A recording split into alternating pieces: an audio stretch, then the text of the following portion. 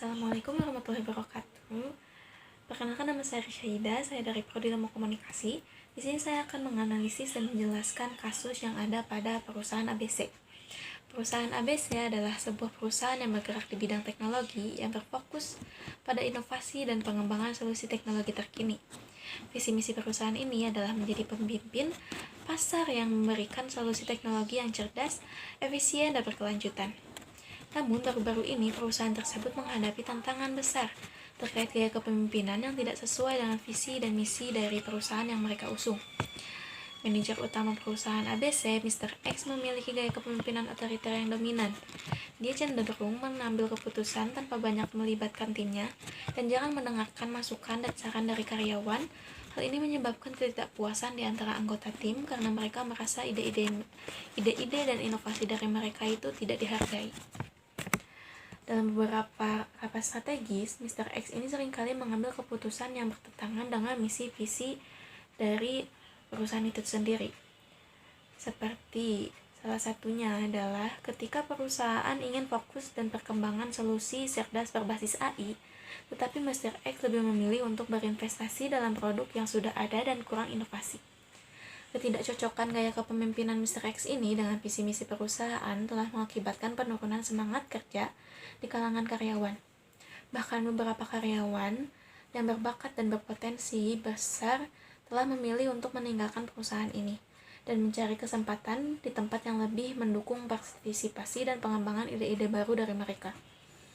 Dalam situasi ini, perusahaan ABC harus menghadapi tantangan untuk mencapai visi misi yang telah ditetapkan karena gaya kepemimpinan yang tidak cocok dengan lingkungan kerja yang inovatif dan kolaboratif. Perubahan dan adaptasi dalam pendekatan kepemimpinan mungkin diperlukan untuk mengatasi masalah ini dan memastikan pencapaian tujuan perusahaan.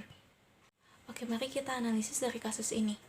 Gaya kepemimpinan yang ada dalam kasus ini adalah kepemimpinan otoriter, yang dimana kepemimpinan otoriter itu didefinisikan mereka mempunyai tujuan sendiri dengan tujuan organisasi dan mereka enggan mendengarkan kritik, saran, ataupun masukan dari anggota yang lain. Oke, apa aja sih kekurangan dan kelebihan dari kepemimpinan otoriter ini? Kelebihan di sini adalah adanya efisiensi manajemen krisis, yang dimana ketika perusahaan membutuhkan keputusan yang cepat, dia itu bisa mengambil keputusan yang cepat. Yang kedua adalah tujuan yang lebih jelas. Tujuan lebih jelas ini bukan mencangkup tujuan itu selaras dengan perusahaan atau tidak, tapi tujuan ini jelas, dia tahu tujuannya apa. Cuman dia tidak tahu tujuannya itu sama atau tidak dengan tujuan atau visi misi dari perusahaan.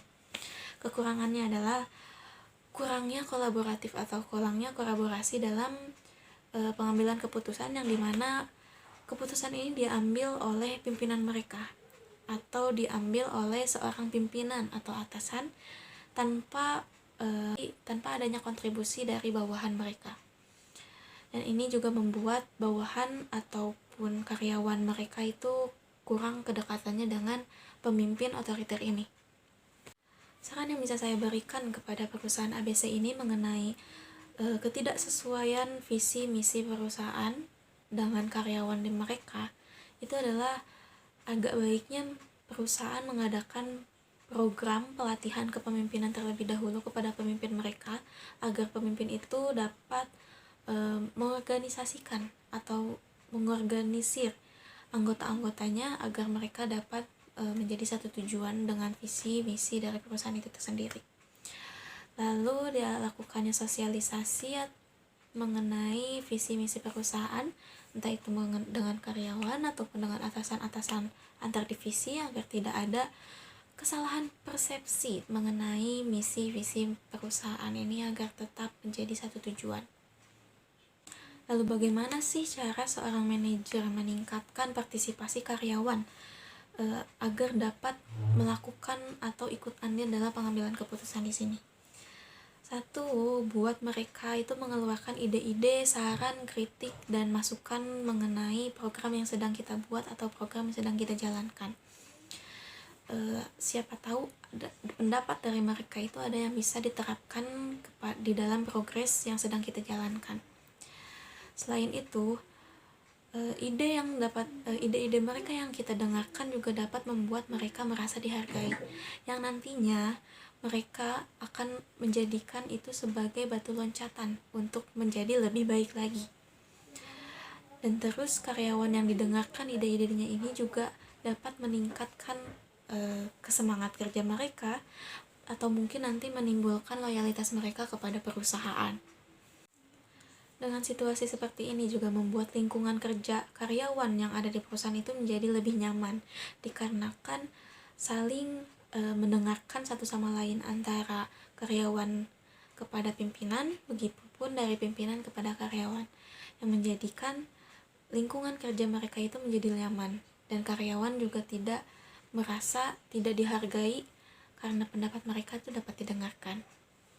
Menciptakan lingkungan yang baik di perusahaan ini juga dapat menimbulkan kerja yang nantinya berkolaboratif dan inovatif, yang dimana mereka bekerja sama untuk mencapai tujuan bersama. Selain itu juga dengan mereka bekerja sama dengan baik, mendengarkan satu sama lain, juga membuat mereka mencapai tujuan bersama itu lebih cepat. Ketika pemimpin mulai mengetahui kemana arah yang akan diambil yang sesuai dengan visi, misi, dan tujuan perusahaan nantinya, ini akan membuat karyawan yang lain dan pemimpin ini lebih mudah dalam menggapai tujuan perusahaan mereka. Dengan lingkungan yang baik, kepemimpinan yang baik juga akan membuat karyawan yang lain nyaman dan akan mempererat hubungan antara karyawan dengan atasannya, begitupun sebaliknya.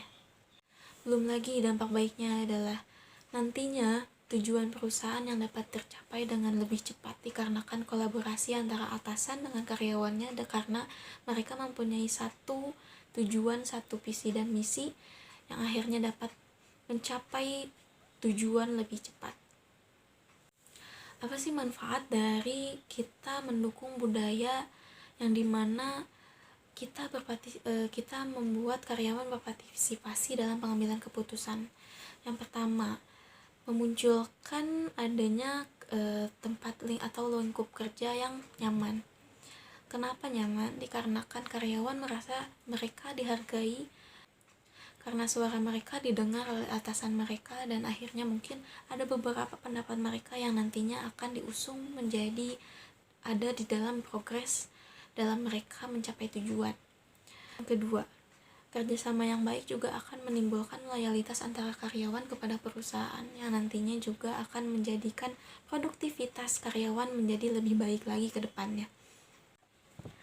Oke, cara mengidentifikasi dan memahami visi misi perusahaan dan pentingnya mengintegrasi nilai-nilai itu dalam gaya kepemimpinan. Pertama, menyamakan persepsi mengenai visi misi perusahaan itu. Jangan sampai ada yang melenceng atau keluar jalur dari tujuan dan misi visi dari perusahaan itu sendiri, karena nantinya akan menghambat pencapaian tujuan perusahaan.